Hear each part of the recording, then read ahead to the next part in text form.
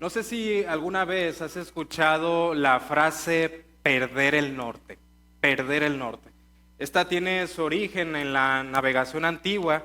Los navegantes utilizaban como un punto de referencia y mayormente utilizaban las estrellas, entre ellas la estrella polar, su referencia al polo norte, para tomarlo de referencia y en pos de ese punto de referencia transitar, en pos de ese punto de referencia pues andar.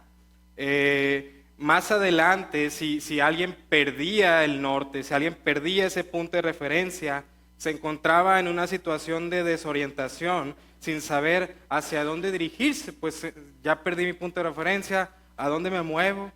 Y con el tiempo, hermanos, esta frase se usaba para cuando estaba alguien desorientado o confundido, ya sea en un sentido literal, cuando estás desubicado, desorientado geográficamente, o quizás en un sentido figurado, cuando alguien se siente perdido en cuanto a sus metas o decisiones. Se dice perder el norte. Yo recuerdo mucho una anécdota que me pasó con un muchacho del dormitorio por ahí del año 2013. Era un muchachito de 15 años, recién llegado a la prepa. No sé cuántos lo recuerden, Arturo Olivares, hermano de Miret. Y en aquel entonces yo estaba ahí como líder de él en el grupo que había los sábados, recuerdan, de misiones, de evangelismo. Y Arturo tenía un problema con una laptop y tenía que aplicar la garantía y demás, pero esta garantía solamente era válida en una tienda que estaba en el municipio de San Pedro, específicamente en San Agustín. La compró allá en Estados Unidos y el Best Buy solo estaba ahí en San Agustín. Y tenía que arreglar este tema. Y yo le dije, oye, pues no pasa nada, yo te acompaño. Yo tenía alrededor de unos, con vergüenza lo digo porque me perdí, tenía alrededor de 17, 18 años. Y le dije, no pasa nada, vamos. Es bien fácil llegar, aquí pasa el 214, ese nos deja por allá. Y el punto no fue llegar, el problema fue regresarnos. Llegamos allá, atendieron el problema de la laptop de Arturo y ahora ¿cómo lo regresamos? En aquel entonces no había Uber y lo investigué. Uber entró hasta el diciembre del 2014, Didi entró en el 2018, aquí en Monterrey era el 2013, no había nada de eso, no traíamos para el taxi, los celulares no estaban tan avanzados con la función del GPS y dije, pues bueno, ¿cómo le hacemos? Un guardia se apiadó de nosotros, nos dijo, aquí vayan, toman este camión, se bajan en el centro y de ahí el 214 sí, ya lo toman. Hicimos caso a esta instrucción, nos subimos al camión que dijeron y pues no te preocupes, Arturo, yo me acuerdo que le dije, no te preocupes, ahí está el cerro, por allá vivimos. Y apuntaba acá al cerro a la antena. Y ese era nuestro punto de referencia. No, mira, ya nos vamos acercando ahí al cerro. El problema fue cuando entró ahí por el túnel, salimos del túnel y el cerro. Y la verdad es que yo me sentía como si hubiese perdido el norte. Perdí mi punto de referencia y Arturo, pues él bien confiado de mí, pero yo, no pasa nada. Me sentía desorientado, me sentía desubicado. ¿Por qué te cuento esto, hermano? Cuando llegamos a este pasaje, Pablo da una advertencia a Timoteo y a la iglesia en general sobre no perder el norte. Pablo da una advertencia tanto a Timoteo y a la iglesia en general sobre no perder el norte. Y es que debido a la naturaleza pecaminosa que aún hay en él, debido a las situaciones que afectan a la vida del cristiano, tiende a perder el norte, tiende a sentirse desubicado en cuanto a lo que él es. Y lo que él es, el creyente, él es la iglesia del Señor. Él es la iglesia del Señor. Y desde un principio de la carta, Pablo ha manifestado, mis queridos... Ay, perdona, ¿ahí me escuchan? Sí. Bueno, me acuerdo ahí también de un incidente. Esta es otra anécdota que les cuento después. Vamos a poner Y les decía, mis queridos hermanos, que desde un principio Pablo ha estado manifestando su compromiso con la verdad, su compromiso con la transmisión de la verdad en esta carta. Y él dice, ¿sabes qué, Timoteo? Yo estoy preso. Y esto lo vimos al inicio del capítulo, yo estoy preso, pero la palabra de Dios no está presa. Timoteo, yo ya me voy a morir. Y su partida era inminente. O sea, era algo que ya sabía, capítulo 4. Pero él aún así está animando a Timoteo, y por eso es del capítulo 7 le dice, te animo, te exhorto que avives el don que Dios te ha dado en la predicación y prediques la palabra. Capítulo 4 ya le dice de manera abierta, te encarezco delante de Dios y del Señor Jesucristo, que juzgará a los vivos y a los muertos, que prediques la palabra, que estés a tiempo y fuera de tiempo. Pablo está manifestando un compromiso verdadero con la verdad. Y es que aún en ese tiempo, y desde la primera carta lo vemos, ustedes lo recuerdan, había infiltrados en la iglesia que estaba ahí en Éfeso, falsos maestros.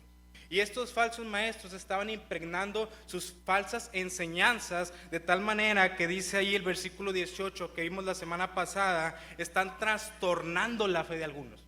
Están trastornando la fe de algunos, de tal manera que ahí en la iglesia local, unos están siguiendo a esos falsos maestros con sus falsas enseñanzas. Y Pablo está preocupado por esto. Y es por eso que le dice este versículo 19, hey, tranquilo, y es como una palabra de ánimo y de exhortación a la vez, ahí en el verso 19 que veíamos la semana pasada. Pero el fundamento de Dios está firme, teniendo este sello. Conoce el Señor a los que son suyos, y apártese de iniquidad todo aquel que invoca el nombre de Cristo. Y no te preocupes, Timoteo, porque aunque algunos están yendo detrás de estos falsos maestros con sus falsas enseñanzas, hey, el Señor tiene a los suyos. El Señor conoce a los suyos. Este es un sello y esta es la seguridad del creyente, pero hay otra parte de este sello. ¿Cómo termina verso 19? Y apártese de iniquidad todo aquel que invoca el nombre de Cristo. Y otra evidencia, otro sello, es que aquellos que son salvados por Dios, ha de evidenciarse que viven en busca de la santidad. Aquellos que son salvados por el Señor, ha de evidenciarse que viven en busca de la santidad. Y en pocas palabras le está diciendo a Timoteo, Timoteo, este es tu norte, este es tu punto de referencia, eres la iglesia de Dios, salvada por Dios, por ende vive en santidad, comprometida con la luz de la verdad. Y recuerdas por ahí este versículo muy conocido, 1 de Pedro capítulo 2 y versículo 9, mas vosotros sois linaje escogido, real sacerdocio, nación santa, pueblo adquirido por Dios, para que anunciéis las virtudes de aquel que os llamó de las tinieblas a su luz admirable. Y es en ese sentido que la proposición esta mañana es, porque Dios nos ha salvado, debemos vivir en santidad y comprometidos con la transmisión de la verdad. Porque Dios nos ha salvado, debemos vivir en santidad y comprometidos con la transmisión de la verdad. Entonces surge la pregunta a responder en esta ocasión: ¿cómo podemos vivir una vida en santidad y comprometida con la verdad? Hermano, ¿cómo esto es posible en la vida del creyente, su vida de santidad en compromiso con la verdad? Vamos a ver esta mañana 2 puntos. Y el primero de ellos es limpiándonos como un vaso para uso honroso en la manera de vivir la verdad. Limpiándonos como un vaso para uso honroso en la manera de vivir la verdad. Y vamos a ver estas dos vértices en el texto, la manera en que vives la verdad y la manera en que enseñas la verdad. Y el primero de ellos es limpiarnos como un vaso para uso honroso en la manera de vivir la verdad. Versículos del 20 al 22, dice otra vez, pero en una casa grande no solamente hay utensilios de oro y de plata, sino también de madera y de barro, y unos son para usos honrosos y otros son para usos viles. Y después de que Pablo alude a la iglesia ahí en versículo 19 como el fundamento de Dios es el fundamento de Dios es ahora Pablo pone otra ilustración, versículo 20, pero en una casa grande no solamente hay utensilios de oro y de plata. Y cuando habla de esta casa grande, alude a la iglesia profesante, es decir, donde se reúnen todos aquellos que son salvos y los que se dicen ser salvos. Y hay dos tipos de utensilios, describe Pablo en esta ilustración, verso 20, aquellos que son para usos honrosos.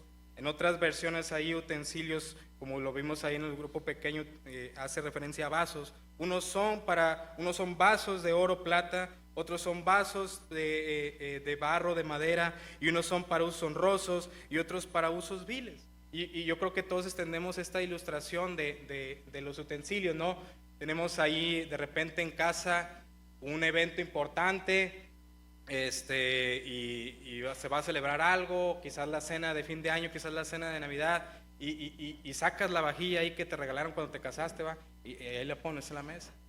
Y de repente tienes otra reunión más informal, más casual, y sacas los desechables. Y entendemos bien esta ilustración. Pero dice el versículo 21, ¿por qué lo pone? ¿A qué quiere llegar Pablo con esta ilustración? Así que si alguno se limpia de estas cosas, será instrumento para honra, santificado, útil al Señor y dispuesto para toda buena obra. Y entramos en nuestro inciso A. Porque cómo limpiarnos para hacer un vaso de uso honroso en la manera de vivir la verdad. Pues el primer inciso es huyendo del engaño del pecado a través de las falsas enseñanzas y las pasiones juveniles. Huyendo del engaño del pecado a través de las falsas enseñanzas y los pecados juveniles. Y la idea que Pablo tiene en mente cuando pone esta ilustración de en una casa grande hay vasos de oro, plata, de barro, de madera, la idea que Pablo tiene en mente es la de mantenerse puro. Es decir, ¿de qué había estado hablando todos los versículos anteriores desde el 14? Falsos maestros con falsas enseñanzas. Y la idea que Pablo tiene en mente aquí es la de mantenerse puro de aquellas cosas que distinguen a los falsos maestros, como lo es su falsa enseñanza, su vana palabrería y su vida de impiedad. Porque mira tantito ahí atrás, versículo 16, mas evita profanas y vanas palabrerías. Esto es lo que distinguía y lo que hacían, porque conducirán más y más a la impiedad. Era el resultado de su falsa enseñanza. Interpretaban mal, enseñaban mal. Esto le llevaba a tener una convicción diferente, de tal manera que vivían de una manera impía. Y la idea que Pablo tiene aquí en mente cuando pone esta ilustración de la casa es: hey, mantente puro de. De hecho, ahí el versículo 21, mira cómo empieza: así que si alguno se limpia de estas cosas. Así que si alguno se limpia de estas cosas. ¿Qué cosas, Pablo? Pues otras versiones me ayudaron aquí, la NBI, Dios habla hoy, la nueva traducción viviente, y ustedes lo vieron ahí en el grupo pequeño. Dice en el 21, así que si alguno se mantiene puro, así que si alguno se mantiene limpio de estas cosas. Y era precisamente evitar esas falsas enseñanzas, esas vanas palabrerías, esa vida de impiedad que distinguía a los falsos maestros. El creyente, que es la iglesia del Señor, debe de evitar esas cosas y mantenerse puro. Y esta idea va desde más atrás, porque si nos vamos ahí al versículo 19, cuando nombra esta frase de y apártese iniquidad todo aquel que invoca el nombre del Señor, Pablo parece hacer una alusión a Números capítulo 16, cuando está ahí en los tiempos de Moisés y viene la rebelión de Coré, y no vamos a ir ahí por cuestión de tiempo, pero tú puedes ir después y te la platico así rapidito. Coré se rebela contra Moisés, dice: ¿por qué ustedes están gobernando, Moisés, Aarón? ¿Por qué se ponen ahí enfrente? Y Moisés va delante del Señor, y ¿qué hacemos? Y el Señor dice: los voy a consumir a él y a todos los que se levantaron con él. Moisés y Aarón interceden: no, solamente voy a consumir a esos que se levantaron. Y da la instrucción a Moisés: ustedes apártense de ellos. Ustedes apártense de ellos. Y es la idea que plasma ahí en el versículo 19, en el versículo 20 y en el versículo 21. Mantenerse puro de aquellos que están enseñando o que van en contra de Dios. Que van en contra de Dios. Mantente puro, aludiendo a la ilustración, como un vaso para un uso honroso. Y antes de seguir, mis queridos hermanos y hermanas, quiero parar aquí un poquito, porque aludiendo a esta ilustración del apóstol, la realidad, y como decía Marco hace un momento, todos nos encontramos en la parte de ser vasos de madera y de barro. Todos nos encontramos ahí. Pero Dios nos ha salvado y como dice, me gusta mucho como lo dice el Salmo 40, Él nos sacó del lodo cenagoso. Él los sacó del lodo cenagoso y puso nuestros pies sobre peña y enderezó nuestros pasos. Y sigue el Salmo 40, dice, y puso un cántico nuevo en mi boca. Y Él enderezó nuestros pasos y ahora, como dice también Efesios, andamos en vida nueva, despojándonos del viejo hombre con sus deseos engañosos y vestidos del nuevo hombre creado según Dios en la justicia y santidad de la verdad. Por ende, como dice aquí este versículo 21 en su primera parte, 21a, debemos, como dice aquí, mantenernos limpios, mantenernos puros, renovar, como dice la palabra en Romanos capítulo 1, capítulo 12, versículos 1 y 2, renovar nuestro entendimiento con la verdad de la palabra y morir al yo para vivir para Cristo. Y hermanos, como vamos a ver más adelante en los versículos 25 y 26, Dios es el que salva. Nosotros no somos los que traemos las almas a Cristo, pero es una realidad que Dios nos usa. Es una realidad que Dios nos usa. Somos vasos. Y yo te digo, hermano, nuestra vida y nuestro testimonio hablan. Nuestra vida y nuestro testimonio predican. Pablo, escribiendo la carta a los Corintios, dice, somos cartas abiertas. Nos pueden ver, nos pueden leer. Nuestra vida y nuestro testimonio hablan. Y hermano, hoy déjame decirte, Dios te quiere y puede usar. Y no hablo simplemente aquí del contexto de la iglesia, porque Dios también te puede usar para comunicar el mensaje a través de tu boca y a través de tu vida en el trabajo. Dios también te puede usar en el hogar, con tus vecinos, con tus familiares. Y como eres la iglesia del Señor, salvada por el Señor para proclamar la verdad de Dios, mantente puro. Mantente puro, cuidándote de esa falsa enseñanza, cuidándote de esa vana palabrería, de esa vida de impiedad. También la segunda parte del versículo 21 dice, será un instrumento para honra, santificado, útil al Señor y dispuesto para toda buena obra. O dispongamos nuestros corazones para ser un vaso para una buena obra. Pero versículo 22, la primera parte, no solamente huir de esas falsas enseñanzas, sino también huir de esas pasiones juveniles. Huye también de las pasiones juveniles. Huye también de las pasiones juveniles. Y yo sé que esto se vio ahí en los grupos, pero quiero nuevamente aludir a esto. Por aquellos, ¿a qué se refiere Pablo con pasiones juveniles? Pues en primer lugar, en primera instancia, son aquellos deseos propios que caracterizan a la juventud. Y entre ellos uno de los más nombrados es aquellos deseos sexuales ilícitos, aquella lujuria. Pero también, hermano, algo que caracteriza, y comentaristas también mencionan esto, algo que caracteriza a estos deseos de la juventud, de estas pasiones de la juventud, y por lo que también vemos en el contexto, es el orgullo, el poder, la avaricia, el reconocimiento propio. Porque ¿qué hemos estado viendo en las actitudes y pasiones de estos falsos maestros? No solamente en esta carta 2 Timoteo, sino desde la primera carta. ¿Qué vimos? Y quiero recordarte también ahí tantito 1 Timoteo capítulo 1 y versículos 4 al 7. Y mira lo que dice, déjame leértelo. 1 Timoteo capítulo 1, 4 al 7. Dice, ni presten atención a fábulas y genealogías interminables que acarrean disputas más bien que edificación de Dios, que es por fe, así te encargo ahora. Lo que están enseñando ellos no se preocupan, quiero edificar a la iglesia, ellos no se preocupan por eso. Ellos, ¿sabes por qué se preocupan? Quiero que vean que yo sé. Y se agarran una fábula y se agarran una genealogía, versículo 6 de capítulo 1 de 1 Timoteo, de las cuales cosas desviándose algunos, se apartaron a vana palabrería, queriendo ser doctores de la ley, sin entender ni lo que hablan ni lo que afirman. Cuando en versículo 5 les había dicho, pero el propósito de este mandamiento es el amor nacido de corazón limpio, de una conciencia limpia, de fe no fingida, y ellos simplemente están pensando en ellos, en su reconocimiento, en el reconocimiento de su propia persona. Para nada pensaban en la edificación de la iglesia. En capítulo 6 de 1 Timoteo, tú recordarás, Pablo habla del amor al dinero. y aquellos que se desvían también sobre la avaricia.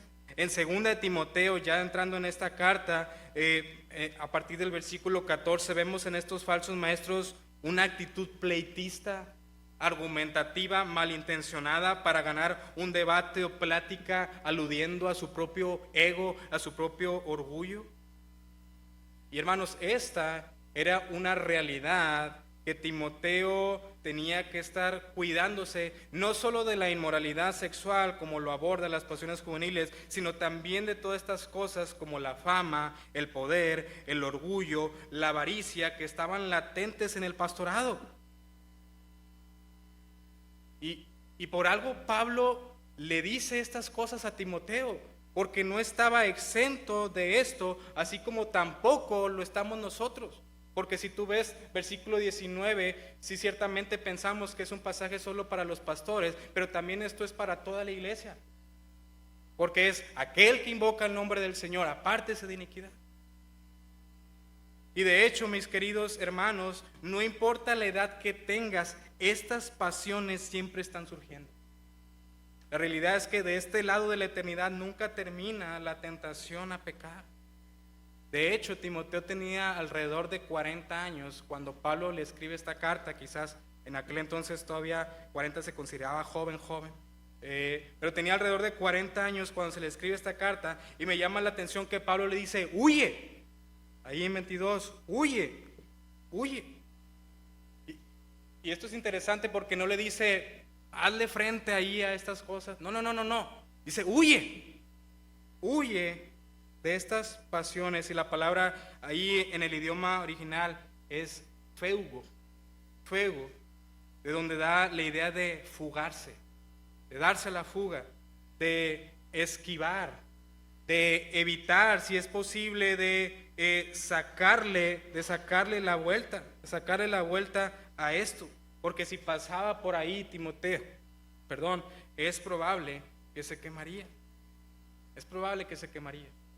Hermanos, no sé cuántos de ustedes hayan visto alguna vez en las películas o en los programas de televisión, o quizás ustedes mismos han realizado esta acción donde ponen un camino de carbones encendidos. Ahí un carbón, le prenden fuego, y la idea es que la persona pase caminando o bien corriendo sobre esos carbones encendidos. Y por más velocidad que tú le metas, por más rápido que corras, hermano, una realidad es que siempre te vas a quemar. Por más rápido que vayas, si tú volteas a ver tu pie, de perdido tienes ahí una llaguita. Hermanos, ¿por qué digo esto? Porque todos nosotros que estamos aquí, sin excepción alguna, hemos pasado por ese camino de carbones encendidos y hemos caído en la manifestación de estas pasiones juveniles que se han abordado. Y el llamado de la palabra de Dios, cuando Pablo pone esta ilustración, es a purificarnos, a limpiar nuestros pies, a limpiar nuestros corazones. Y esa limpieza, hermanos, quizás implica pedir perdón delante de Dios y de la persona ofendida. O que seamos vasos dispuestos, como dice ahí antes el 21, para toda buena obra. Que transitemos por ese camino, ese proceso de santificación. Oh, mi querido creyente, la misma gracia que te fue concedida en el momento que tú fuiste salvados es la misma gracia que tú y yo necesitamos en ese proceso de santificación. Es la misma gracia. De esa misma gracia dependemos. Y sí, el proceso de purificación, el proceso de santificación a veces es doloroso. Como esos vasos en esta ilustración, hay que tallarlos, hay que fregarlos, ¿verdad? Se tiene que desinfectar. Es un proceso tardado, es un proceso quizás doloroso, pero es necesario por el bien del reino y por el bien de nosotros. Es necesario ese proceso de purificación, de apartarte de iniquidad, como lo me escribe en términos del verso 19. Y el pasaje no queda ahí, porque estamos en el verso 22, no simplemente dice huye, sino sigue versículo 22, huye también de las pasiones juveniles y sigue la justicia, la fe, el amor y la paz con los que de corazón limpio buscan o invocan al Señor. Hermano, a la luz de este pasaje, déjame decirte, solo hay de dos sopas. Solo hay dos caras de la moneda. O estás huyendo de las pasiones juveniles para refugiarte en estas cosas que describe justicia, fe, amor y paz. O estás huyendo de la justicia, amor y paz para refugiarte en tus pasiones juveniles. Solamente hay de dos sopas. Y esto me lleva precisamente a mi inciso B. Porque no simplemente es huyendo de las falsas enseñanzas y de las pasiones juveniles, sino, inciso B, buscando manifestar el fruto del Espíritu. Buscando manifestar el fruto del Espíritu, porque nuevamente leo el 22, y sigue la justicia, la fe, el amor y la paz con los que de corazón limpio invocan al Señor. Y esta es una lista que de hecho durante las dos cartas a Timoteo ya hemos visto. Y te recuerdo ahí tantito algunas en 1 Timoteo 1:5, ahorita pasamos por ahí, dice, el propósito de este mandamiento es el corazón limpio, buena conciencia y fe no fingida. En 1 Timoteo capítulo 4 y versículo 12, Pablo habla y amonesta a Timoteo y le dice, ninguno tenga en poco tu juventud, sino es ejemplo de los creyentes en palabra, conducta, amor, espíritu, fe y pureza. Ya para terminar la carta, ahí en 1 Timoteo capítulo 6, versículo 11 dice, mas tú, hombre de Dios, huye de estas cosas y sigue la justicia, la piedad, la fe, el amor, la paciencia, la mansedumbre. Y ciertamente estas eran las características que en la vida de Timoteo se debían manifestar. ¿Pero dónde más vemos estas características? Déjame llevarte y leerte Gálatas capítulo 5, versículos del 22 al 25. Gálatas capítulo 5 y versículos del 22 al 25, y te lo voy a leer en la versión NTV, en la Nueva Traducción Viviente. Este pasaje que habla del fruto del Espíritu, Gálatas 5, 22 al 25, dice, en cambio, la clase de fruto que el Espíritu Santo produce en nuestra vida es amor, alegría, paz, paciencia, gentileza, bondad, fidelidad, humildad y control propio. No existen leyes contra estas cosas. Los que pertenecen a Cristo Jesús han clavado en la cruz las pasiones y los deseos de la naturaleza pecaminosa y los han crucificado allí.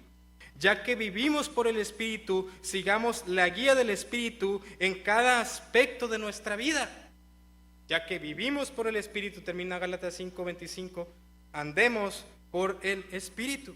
¿Y qué son estas características? La justicia, que describe ahí en el verso 22, habla de una vida que anda en rectitud, en justicia, en contraste con las artimañas de los falsos maestros. La fe habla de una vida fidedigna, una vida que es digna de confianza, que otros puedan ver su vida y es digna de confianza. El amor, un amor desmedido y sin excepción de personas. La paz que produce, que se ve en esa persona y que incluso transmite a las otras personas. Y hermano, estas características que describen aquí, nosotros es una realidad que no las podemos producir, no nacen de nosotros, no las podemos manifestar si es que nosotros no estamos siendo guiados por el Espíritu y siendo llenos del Espíritu Santo. Porque como lo dice la palabra en Gálatas 5, este es un fruto del Espíritu. Este es un fruto del Espíritu.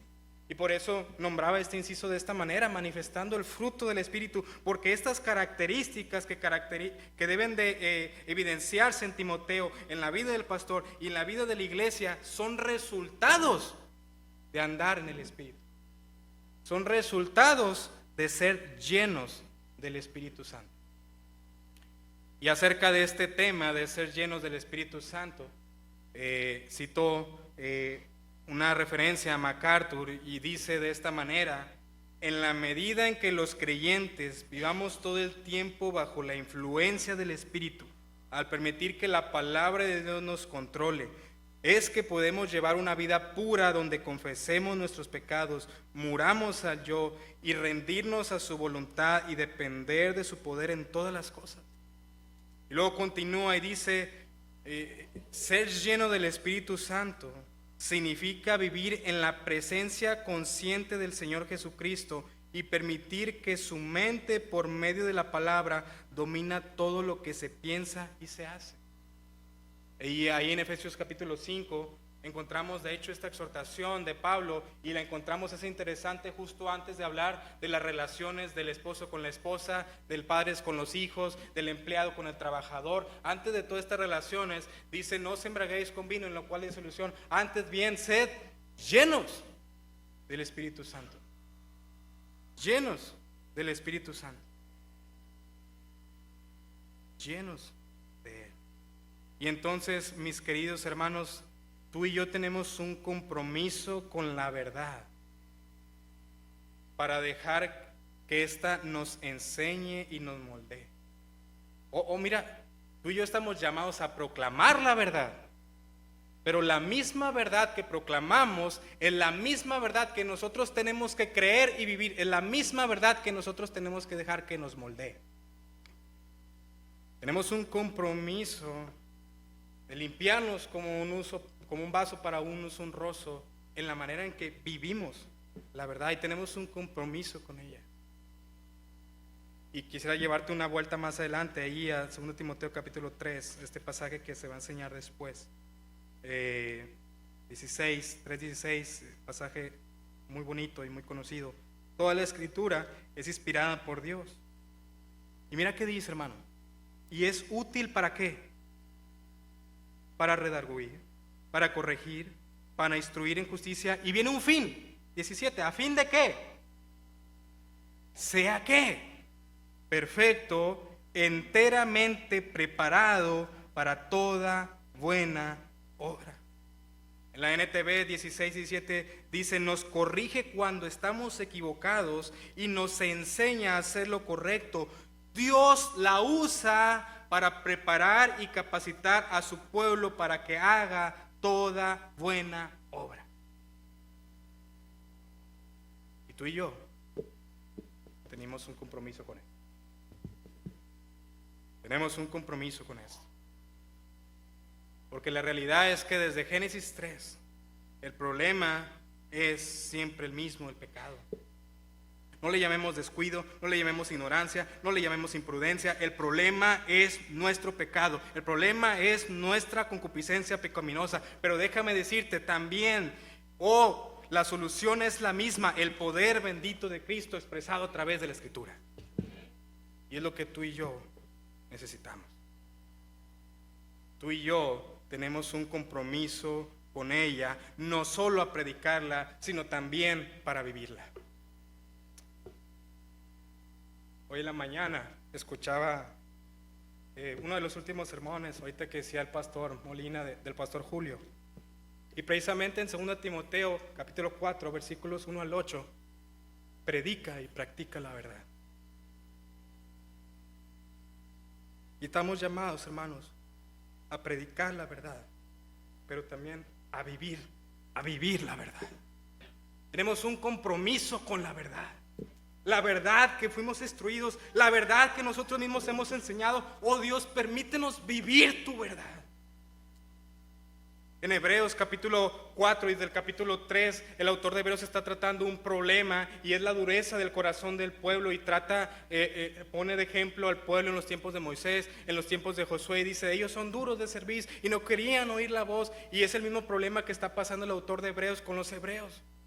La dureza de su corazón, su pecado. Pero sabes, él concluye en capítulo 4 y versículo 12, porque dice: porque la palabra de Dios es viva y eficaz y más cortante que toda espada de dos filos, y penetra hasta partir el alma y el espíritu, las coyunturas y los tuétanos, y discierne los pensamientos y las intenciones del corazón. Y sabes que tú y yo necesitamos, para lidiar con nuestro problema del pecado y para purificar nuestras vidas, para purificar nuestras almas, tú y yo necesitamos exponernos a la verdad de Dios.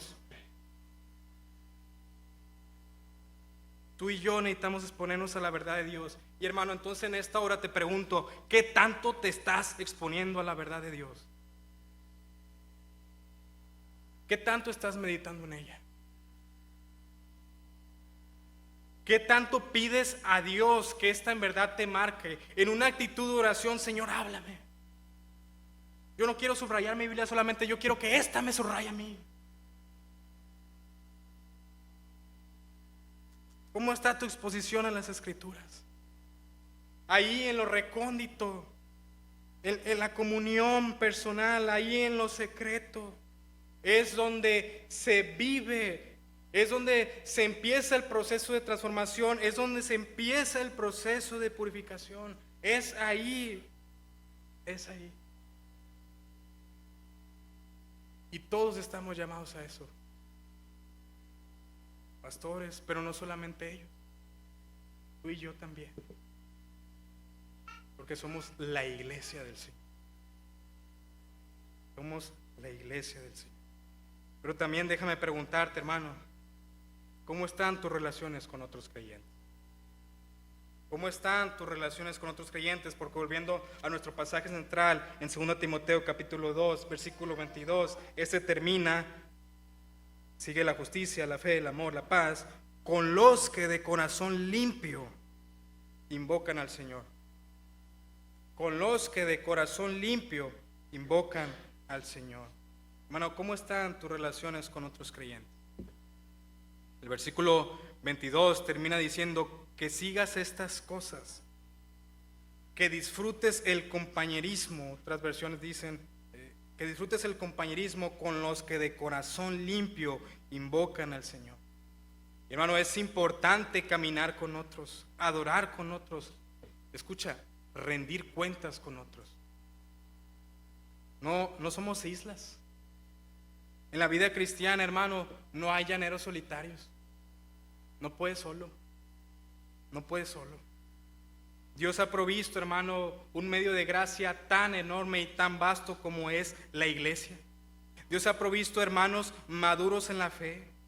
Y hoy también Dios nos da la oportunidad de poder hacer grupos pequeños para tener más relaciones los unos con los otros. Hermano, ¿cómo están tus relaciones con los otros? Tú y yo necesitamos la palabra que nos santifica.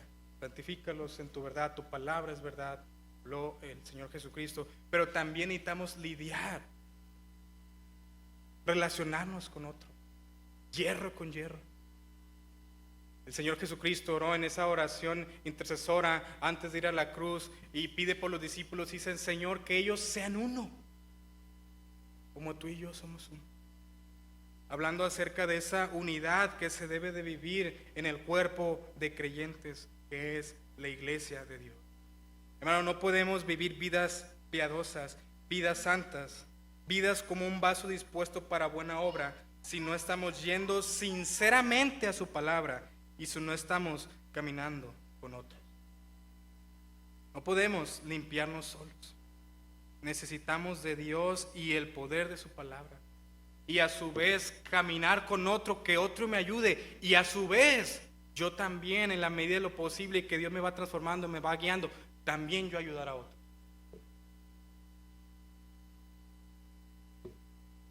En su segunda carta a los Corintios, en el capítulo 1, no recuerdo exactamente el versículo, sinceramente, pero Pablo hace alusión a esta idea: ustedes fueron consolados para que la consolación que han recibido, ustedes también puedan consolar a otros.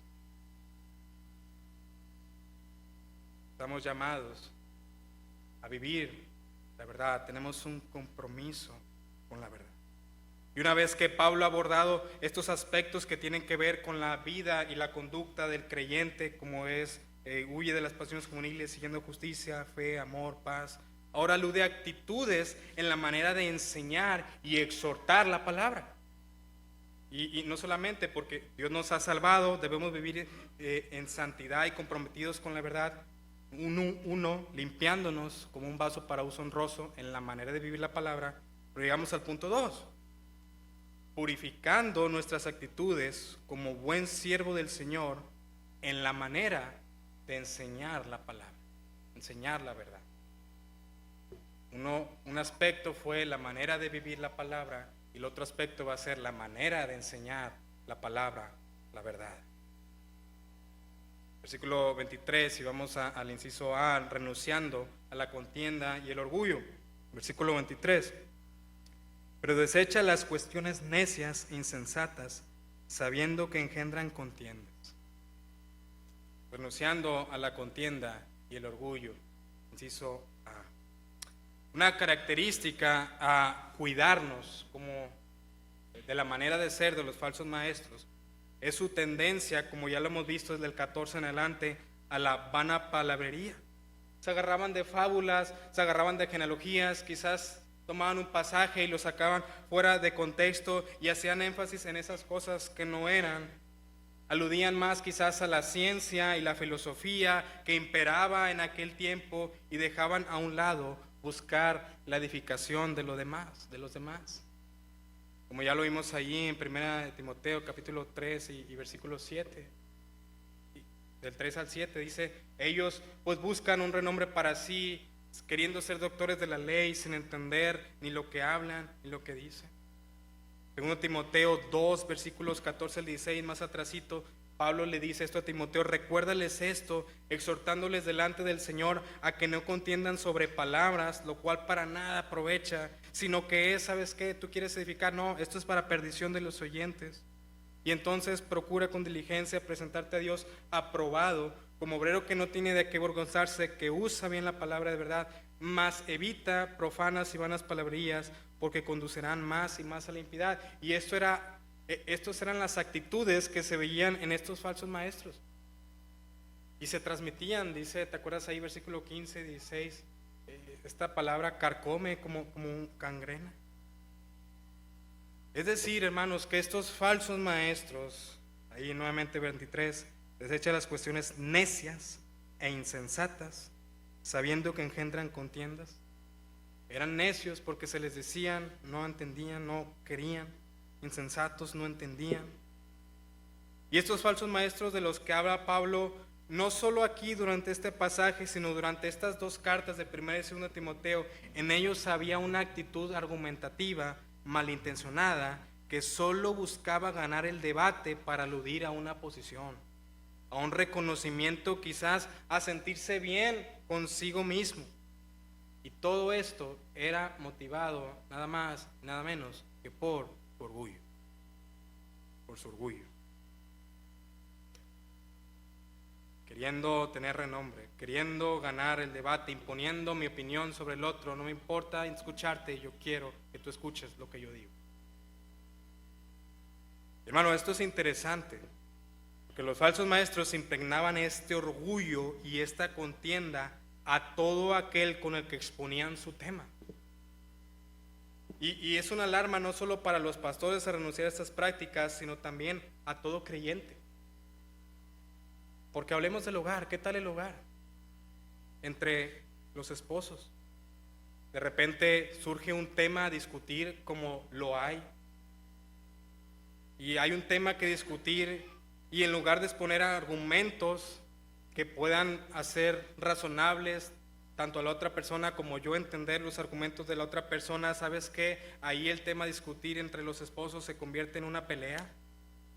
Porque llegamos con las mismas actitudes de estos falsos maestros, no llegamos para edificar, solo para que nuestra opinión prevalezca manifestando nuestro orgullo.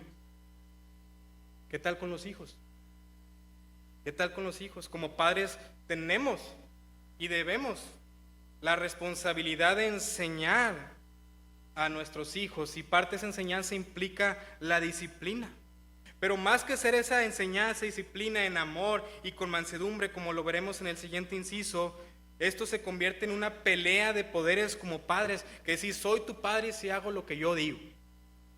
Y se convierte en una pelea de poderes y estamos transmitiendo a nuestros hijos, cuando hacemos esto, estamos transmitiendo a nuestros hijos esa actitud pleitista, esa actitud orgullosa. Y en lugar de querer de edificarlos, los estamos destruyendo, porque cuando ellos crezcan van a ser igual. Y entonces aún en esto hay un compromiso con la palabra. Seas pastor o no lo seas, tu deber y el mío como los hijos de Dios es vivir la palabra y darla a conocer con un carácter manso y humilde. Con un carácter manso y humilde y no imponiendo mi orgullo por delante. Y de hecho esto me lleva a mi siguiente inciso, porque entonces ¿cuál debería ser mi manera de enseñar la palabra? Versículo 24. Porque el siervo del Señor no debe ser contencioso, sino amable para con todos, apto para enseñar, sufrido. Mientras que la tendencia de estos falsos maestros era imponer sus opiniones sobre los demás, con un espíritu orgulloso, con un espíritu pleitista. Ahora, a partir del versículo 24, se nombra la manera, a forma de contraste, que sí debe imperar en el creyente a la hora de transmitir la verdad, a la hora de enseñar, a la hora de corregir. Y no sé si tú lo notaste, pero a mí en primera instancia me llama la atención que dice, porque el siervo del Señor. Porque el siervo del Señor. Y mira, sí, en primera instancia aborda a los pastores, pero también a nosotros, porque es todo aquel que va a enseñar la palabra, se dispone como un siervo de Dios, como un doulos, un esclavo del Señor. Es decir, yo no voy e impongo mi argumento creyendo que yo soy el centro y el dueño. No. Yo soy un esclavo de Dios. Y por ende ministro, predico todo el consejo de Dios porque soy un siervo de Él. Estoy en deuda con Él. A Él nos debemos. Aquel que enseña la palabra es un siervo de Dios. Él es quien gobierna, no el que está enseñando es el que gobierna. Sin embargo, su carácter debe ser amable. Ahí dice verso 24, debe ser no contencioso, sino amable. Y esto da la idea de una actitud bondadosa, afable para con todos. Apto para enseñar, esta ya la vimos ahí en 1 Timoteo capítulo 3, versículos 2 y 3, cuando habla acerca de las características del pastor, dice en versículo 2, no pendenciero, y luego en el versículo 3 dice, apto para enseñar, y da la idea de hábil para la enseñanza. Pero también dice ahí, versículo 24, sufrido, así termina, sufrido. Y da esta palabra sufrido, da la idea de capaz de soportar lo malo, capaz de soportar la enfermedad. Lo que quiere aludir Pablo es siendo paciente, que va a enseñar, siendo paciente en temas o en tiempos difíciles. Y luego dice ahí el 25a, la primera parte del 25, que con mansedumbre corrija. Y con mansedumbre se puede traducir con humildad. Y es interesante que otras versiones de las que tú y yo vimos en el grupo pequeño dice que con ternura corrija a los que se oponen. Con mansedumbre, con amabilidad, con ternura.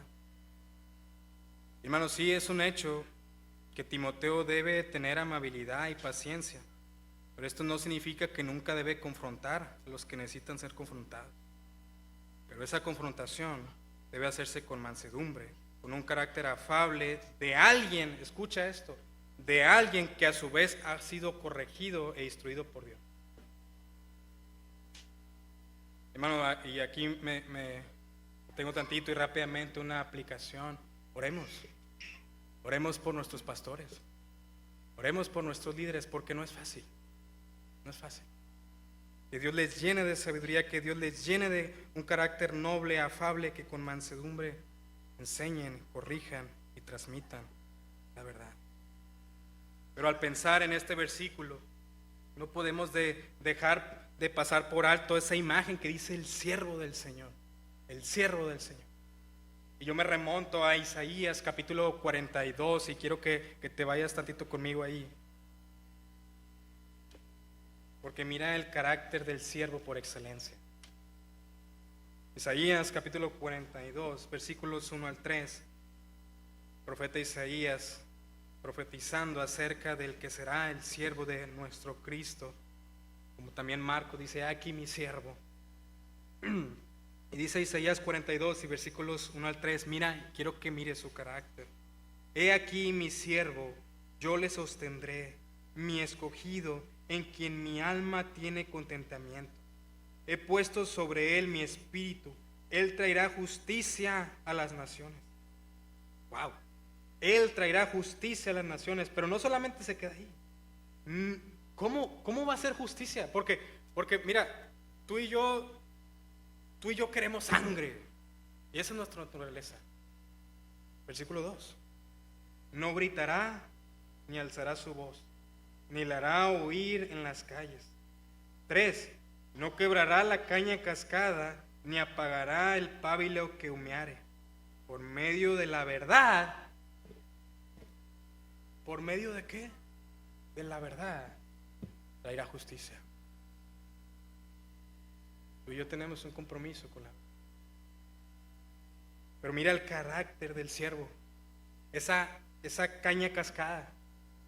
La caña cascada, yo veo la caña, ya se le están botando su pielecita, su cuerpo.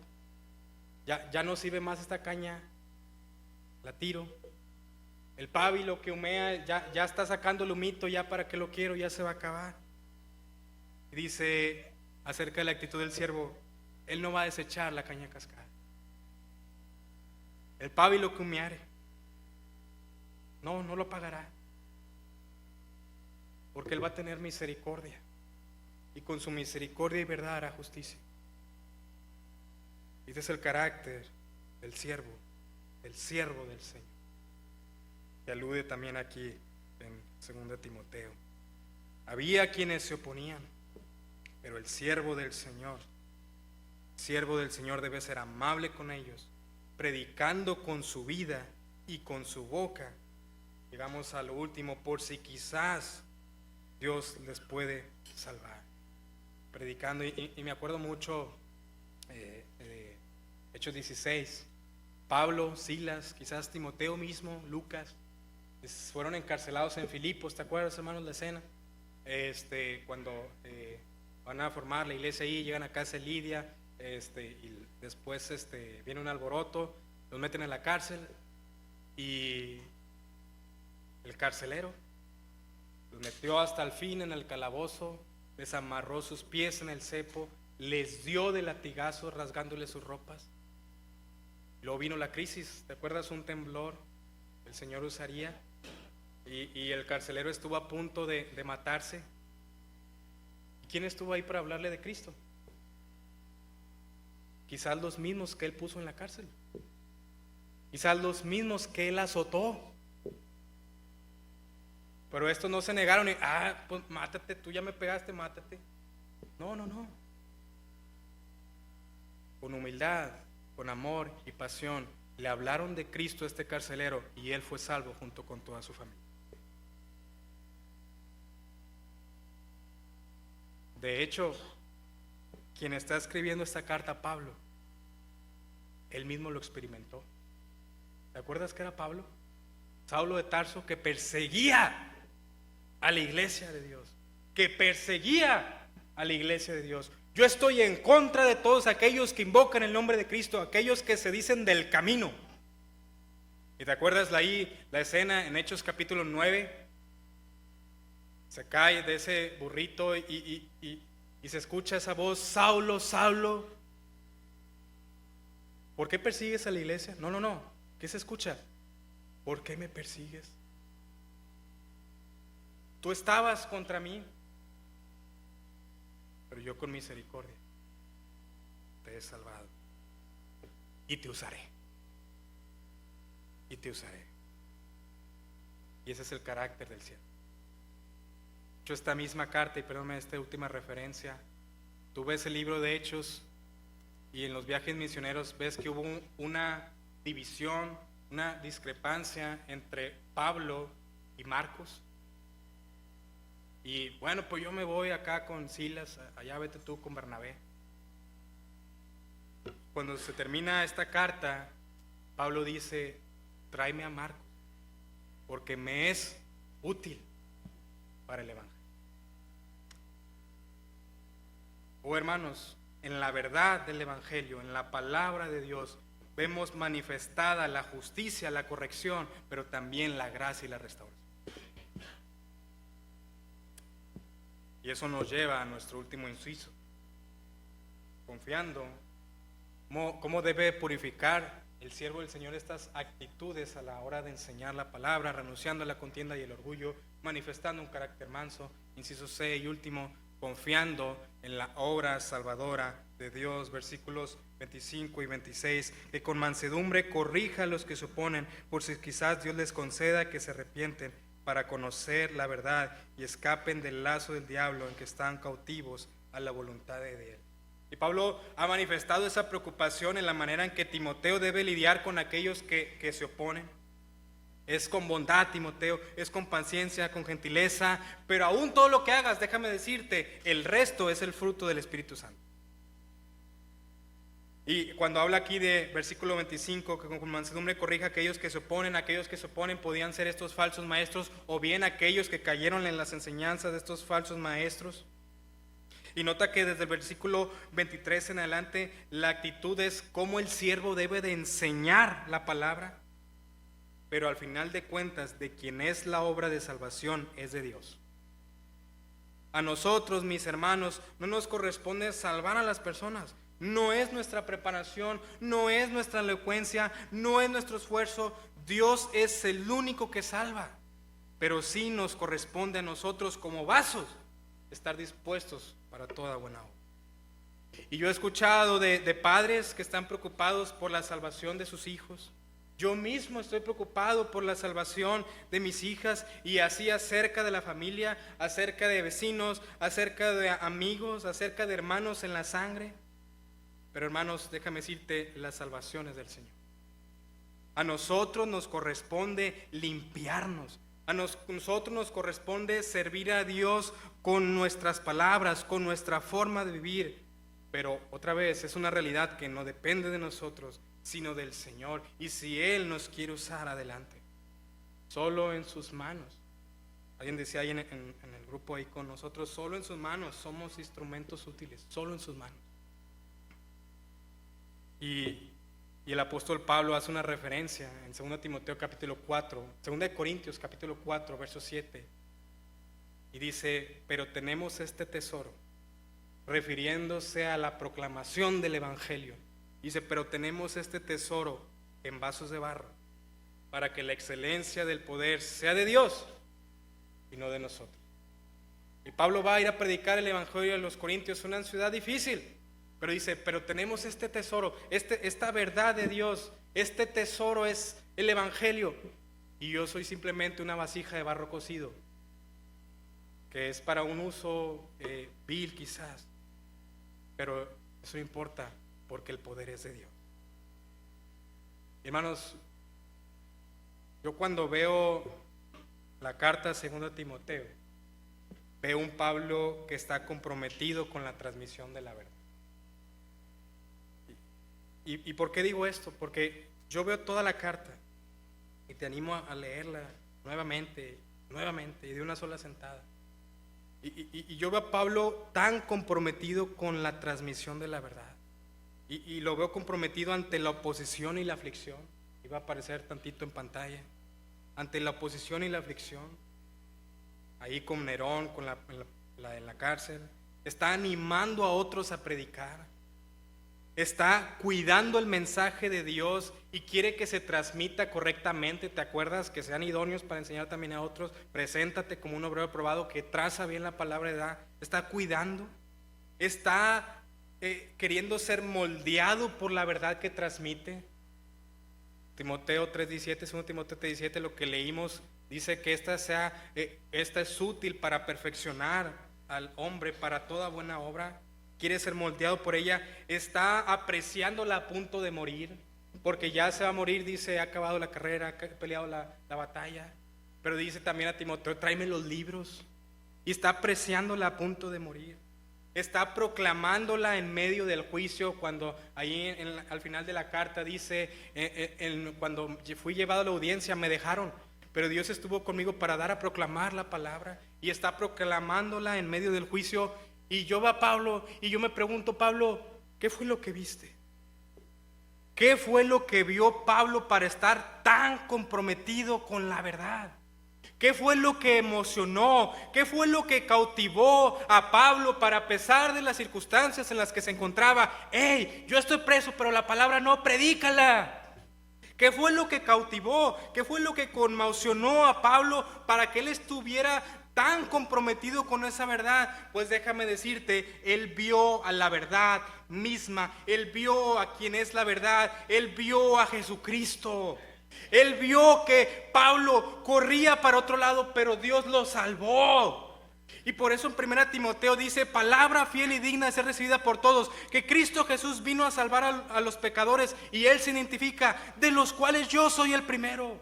Pero por esto fui recibido misericordia, para que Jesucristo mostrase en mí el primero toda su clemencia, para ejemplo de los que habían de creer en Él para vida eterna. Por tanto, al Rey de los siglos, inmortal, invisible, al único y sabio Dios, sea honor y gloria por los siglos de los siglos. Amén. Y ¿sabes qué, hermano? Él quedó tan cautivado, tan apasionado porque Dios lo salvó. Oh, mi querido creyente, apasionate por Él y nunca dejes de apasionarte por Él.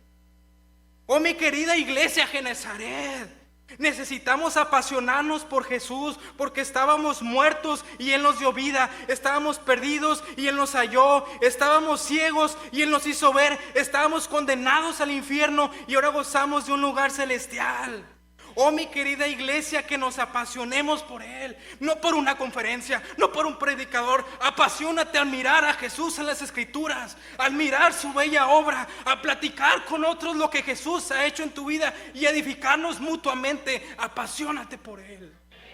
Oh, si tan solo nos apasionáramos por Jesús, como nos hemos apasionado por los Tigres o por los Rayados. Y los que me conocen bien saben que yo muchas veces he pecado al apasionarme por un equipo, por el fútbol. Pero no me malentiendas, no quiero que digas, ya no voy a ver el partido. No, velo. Pero lo que estoy queriendo decir es que si tan solo eso que miras y te gusta, si tan solo esa misma pasión la tuvieras para mirar a Jesús, tú y yo caminaríamos como un vaso purificado. Necesitamos purificarnos porque la verdad tiene que ser transmitida. Necesitamos purificarnos porque la verdad tiene que ser transmitida y seguirá siendo transmitida a pesar de nosotros. Pero déjame decirte, nosotros somos la iglesia, 1 Timoteo 3:15, columna y baluarte de la verdad. Necesitamos purificarnos y correr hacia Él. No pierdas el norte. No pierdas el norte. Oh, mi querida iglesia, nos hemos ensuciado. Hemos andado atendiendo a nuestras pasiones más que a ser llenos del Espíritu. Pero para aquellos que hemos fallado, déjame decirte, aquel mismo que aplicó el castigo fue el mismo que aplicó la gracia. Romanos capítulo 3, versículos 25 y 26. A fin de que Él sea el justo, pero también el que justifica. Y quisiera llevarte y que leyeras conmigo un pasaje muy conocido, Hebreos capítulo 12, 1 y 2, y con eso estamos terminando. Y dice, leámoslo todos juntos. Hebreos 12, 1 y 2. Dice, por tanto, nosotros también, teniendo en derredor nuestro tan grande nube de testigos, despojémonos de todo peso y del pecado que nos asedia, y corramos con paciencia la carrera que tenemos por delante. Ahí, despojémonos de todo peso, del pecado que nos asedia. Y entonces, ¿qué? Sigue la carrera, ¿cómo? Versículo 2. Puestos los ojos en Jesús, el autor y consumador de la fe, el cual por el gozo puesto delante de él, sufrió la cruz, menospreciando el oprobio, y se sentó a la diestra de Dios. ¿Puestos los ojos en quién? Ahí está tu norte. Ahí está tu norte. No lo pierdas, no lo pierdas. Mantente viendo a Jesús, porque eso te cuidará de caer, mi querido hermano. Mantente viendo a Jesús. Dios nos permite ser vasos de barro, siervos suyos que se purifican y se comprometen con no solo enseñar la verdad, sino vivir la verdad. Porque Dios nos ha salvado, debemos vivir en santidad y comprometidos con la transmisión de la verdad. Vamos a orar.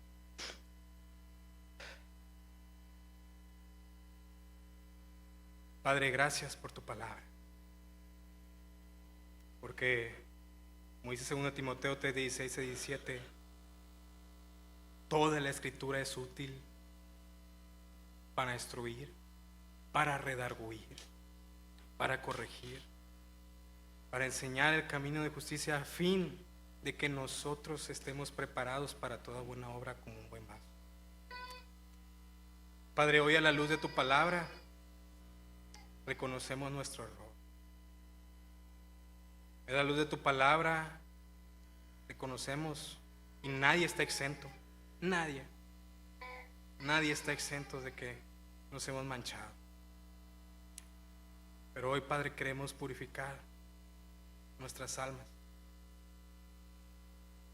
Y la única solución es exponernos al poder bondadoso, amoroso, transformador de tu palabra.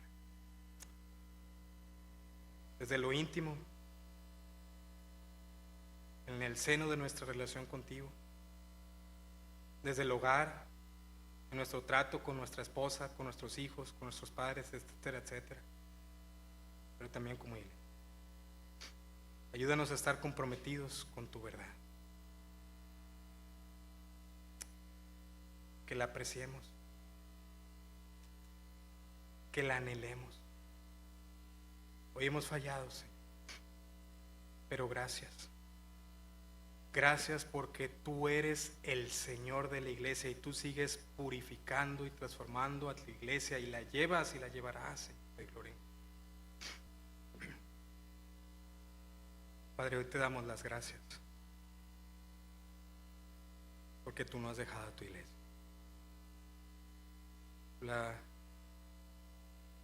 Tú la salvaste. Y encontramos una promesa tan hermosa en Filipenses 1:6: el que empezó en vosotros la buena obra, la perfeccionará hasta el día de Jesucristo. Damos las gracias y damos la gloria a ti porque tú sigues haciendo una obra maravillosa, porque tú nos sigues pastoreando. Ayúdanos, Padre, a caminar, como terminamos leyendo en Hebreos 12:2, puestos los ojos en ti, el autor y consumador de nuestra fe. Gracias, Padre. Gracias, Cristo, por tu obra de salvación. En Cristo Jesús oramos. Amén y amén.